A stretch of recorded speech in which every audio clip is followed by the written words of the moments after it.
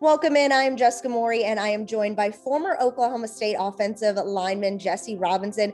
Jesse, thank you so much for joining me today on your birthday. Happy birthday. Thank you. Thank you for having me. All right, so it's been an eventful past few days for you. You were involved in that 133 car pileup in Fort Worth, Texas the other day. And not only were you involved, but you were able to get out of your car and help other people during that pileup. You weren't there as an EMT, but you were there to use your EMT skills to help everyone. Kind of walk me through what happened. Well, I was going to work. It was about 6:20 in the morning or so, going in for my shift at JPS, and there was just so much ice, and my car lost control and I slid into the pile. But I was just, shocked and in daze, but I knew I could get out, and I knew I needed to do what I could to help as many people because I knew it was a big incident. So I just wanted to get in there and see what I could do to lend my assistance.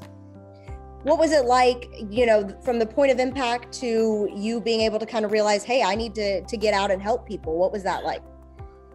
It was just, I was just going, and I knew I was going to eventually hit something, and then everything just stopped. And then I knew I needed to get out to make sure I was okay. And as soon as I knew I was okay, I just looked around and saw everything. And I was like, all right, let's go start finding these people. So I went immediately to the cars in front of me and those two people trapped in there. And I just wanted to make sure everyone was okay and get them out of the car the best we could.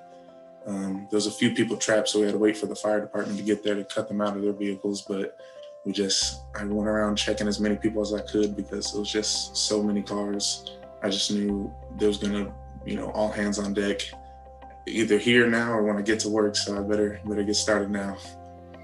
And what was it like when, you see this and you see how many cars it is? Initially, you think, oh, it's just going to be a few, but 133 cars. And you had told me a little earlier that you had gotten injured in the wreck, but you still were able to come out and help as many people as you possibly could.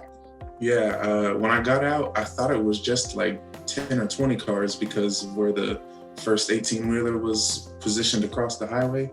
But then when I got over the guardrail and went down the other side, I saw that there was another 30 or 40 cars behind that. And then it just kept going for another mile.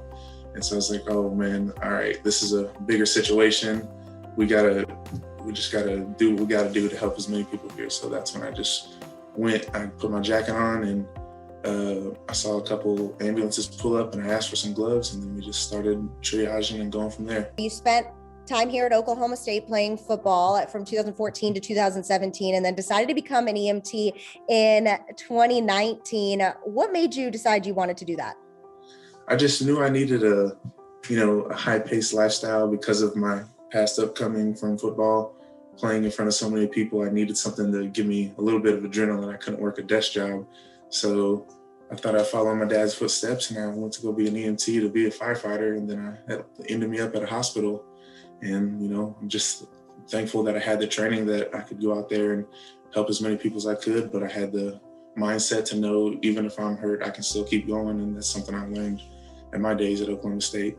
So I'm grateful that I could do what I could for everybody. Well, you mentioned your time with Cowboy football. How did your experience here at Oklahoma State help you when it comes to, being an EMT? And you mentioned you're also going to nursing school.